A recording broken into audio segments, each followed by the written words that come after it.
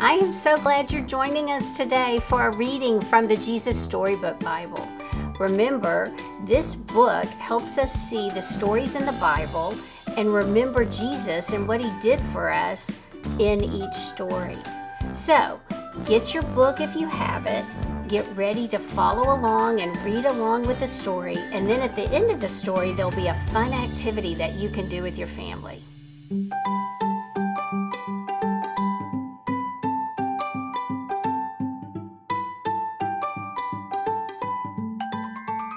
The friend of little children. Jesus' friends were arguing. Who was the most important helper in God's kingdom? They wanted to know.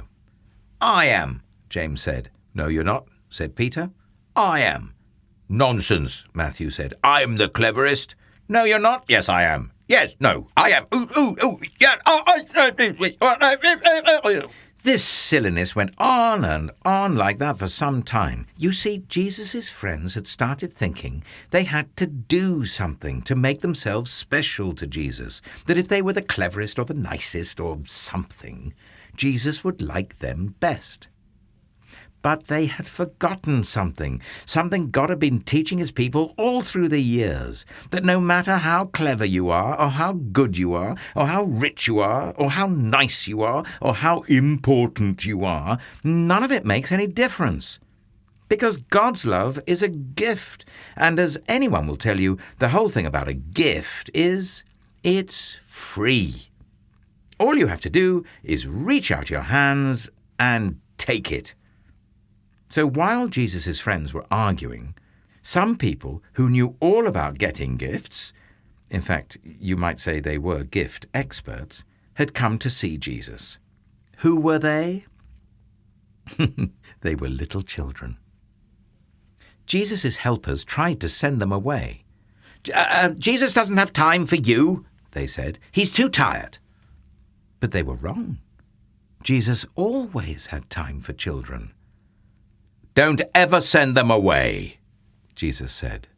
Bring the little ones to me. Now, if you had been there, what do you think? Would you have had to line up quietly to see Jesus? Do you think Jesus would have asked you how good you'd been before he'd give you a hug? Would you have had to be on your best behavior and get dressed up and not speak until you're spoken to? Or would you have done just what these children did, run straight up to Jesus and let him pick you up in his arms and swing you and kiss you and hug you and then sit you on his lap and listen to your stories and your chats? You see, children loved Jesus, and they knew they didn't need to do anything special for Jesus to love them. All they needed to do was to run into his arms. And so that's just what they did. Well, after all the laughing and games, Jesus turned to his helpers and said, no matter how big you grow, never grow up so much that you lose your child's heart, full of trust in God. Be like these children. They are the most important in my kingdom. I hope you enjoyed today's story. I want to remind you that God's love is a free gift.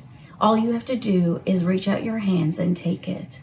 The other thing to remember is that we don't have to do anything special for Jesus to love us. Today, we are going to do an activity to share his love with others.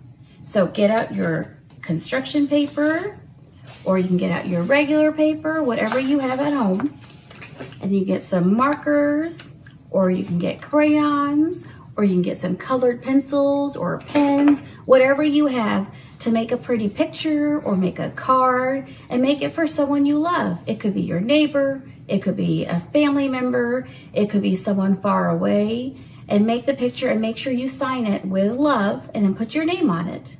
If it's someone nearby, ask your family to help you take it to them.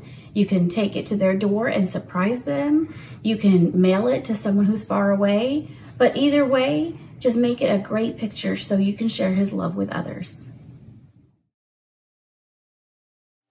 John 14:15. If you love me, you will keep my commandments.